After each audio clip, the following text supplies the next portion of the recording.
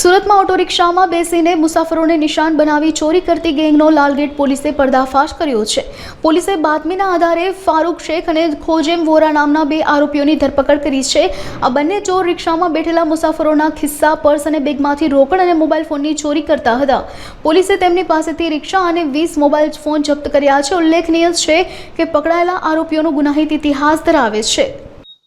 ગઈકાલ લાલગેટ પોલીસ ટીમના એએસઆઈ મોહસિનભાઈ અને હેડ કોન્સ્ટેબલ દિલુભાને બાતમી મળેલ કે લાલગેટ વિસ્તારમાં એક રિક્ષામાં બે ઈસમો ચોરીના મોબાઈલ લઈને જાય છે। બાતમી હકીકત આધારે અમે રિક્ષા સાથે બંને ઈસમોને પકડી પાડેલ, જેમાં એક ખોજેમ ફકરુદ્દીન વોરા અને બીજો ફારૂક હારૂન શેખ, બંને સલાબતપુરાના રહેવાસી છે અને બંનેને ત્યાં રિક્ષામાં અંગઝડતી કરતા કુલ 20 મોબાઈલ કિંમત ₹80,000 મળી આવેલ અને બંનેની પૂછપરછ કરતા તેઓ ખાસ કરીને અઠવા વિસ્તાર અને કોટ વિસ્તારના પેસેન્જર રિક્ષા લઈને ફરતા હોય અને રિક્ષામાં પેસેન્જર બેસાડી અને એમને આગા પાછા બેસવાનું કહી અને જે કોઈ ફરિયાદી હોય એમના મોબાઈલ કાઢી લેતા હતા।